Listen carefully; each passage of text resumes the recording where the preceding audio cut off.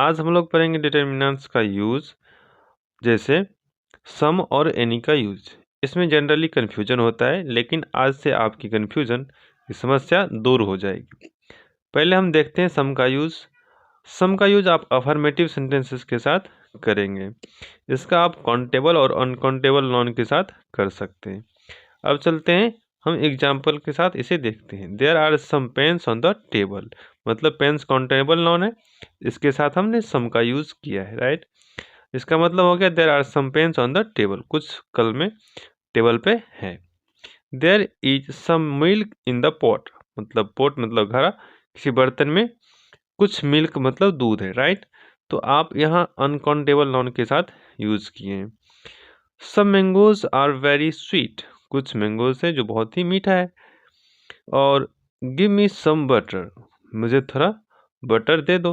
तो इसमें हमने मैंगोज मतलब कुछ काउंटेबल और अनकाउंटेबल दोनों के साथ आप कर सकते हैं।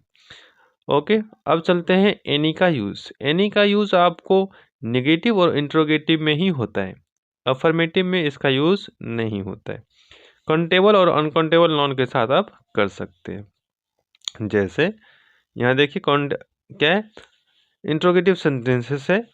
Are there any pens on the table, क्या कोई कलम टेबल पे है। उसके बाद is there any milk in the pot, क्या घड़ा में या पॉट में बर्तन में कोई दूध है, कुछ दूध है। ठीक है, तो कुछ का ही यूज होगा, लेकिन इसका मीनिंग कुछ का ही निकलता है, लेकिन आपको इंट्रोगेटिव या नेगेटिव है तो वहाँ आपको एनी का यूज़ करना है। उसके बाद ध्यान देने बात ये है, उसके बाद ध्यान देने वाली बात ये है कि आगे चलते हैं और हम आपको बताते हैं। There aren't any pens on the table, table पर कोई भी कलमें नहीं है। उसके बाद आप देखेंगे, हम अब एक बात ध्यान देंगे आप लोग कि नो एनो, नो का मतलब होता है not plus any, right. Not plus any मतलब नो का मतलब हो जाता है नॉट और एनी, कुछ नहीं। तो इसीलिए यदि आप नो का यूज़ करते हैं तो नॉट प्लस एनी का यूज़ नहीं करेंगे।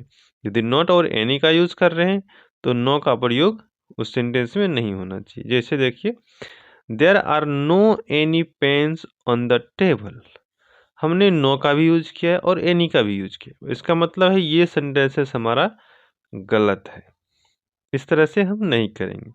इसका यूज कैसे करेंगे, चलिए देखते हैं।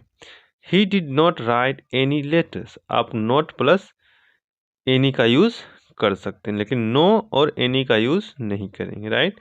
यदि नो का यूज करना है तो डायरेक्ट आपको नो का ही यूज करना है, एनी का नहीं करना है। जैसे ही रोट नो लेटर्स, मतलब ही रोट नो लेटर्स का मतलब उसने कोई भी लेटर्स नहीं लिखा है। He did not right any letters, इसका मतलब ये हो जाता है, राइट। इसीलिए आप ध्यान रखेंगे, नो का यूज़ यदि आप करते हैं तो नॉट और एनी का यूज़ नहीं करना है, क्योंकि नो का मतलब ही नॉट एनी हो जाता है। आई होप आपको ये समझ में आएगा और आप बार बार देखेंगे याद हो जाएगा, और इस तरह के मिस्टेक्स आप नहीं करेंगे। तो thanks for watching this video, see you, have a nice day.